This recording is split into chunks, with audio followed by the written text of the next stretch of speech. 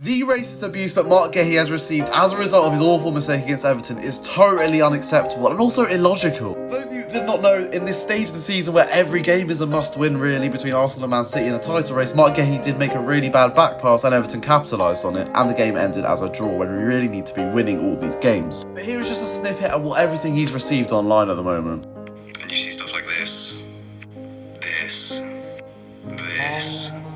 like it just goes on and on and on. And these same people who are putting those comments are probably the same people that were celebrating Doku's equaliser. The same people that were celebrating Doku's deflected goal against Southampton to get us through to win a trophy this season. The same people that were probably celebrating all of Semenyo's goals he scored this season and contributed to the team.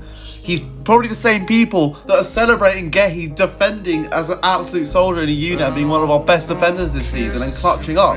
They're also probably the same people that are ignoring the fact that if it wasn't for Donnarumma, Núñez would have given away a massive chance when they had a one-on-one. Our whole defensive backline was awful. Kushner was awful yesterday.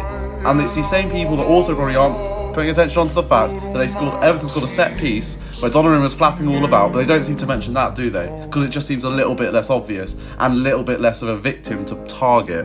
We've addressed these racist morons. Let's talk about the fact that it's ridiculous to even blame Guehi as a player now. He came in January, people would probably say top 5, maybe even top 3 centre-backs in the whole league, came through, transformed our defence, made us so much more solid in a place where we had lots of injuries, and it actually improves and plays better than some of our players even when they were fully fit.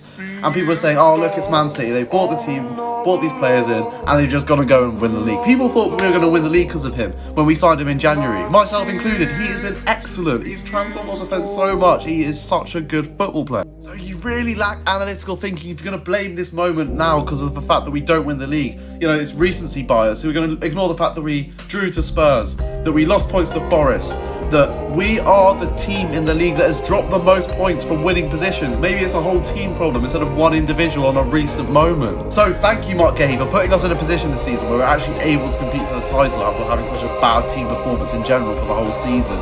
And ignore those racists, where there's no room for racism in football, ever. And especially those hypocritical racists who will be celebrating other black players who are doing good things for Man City one moment and then putting things like that in comment sections the next. It's got to end, guys. It has to end.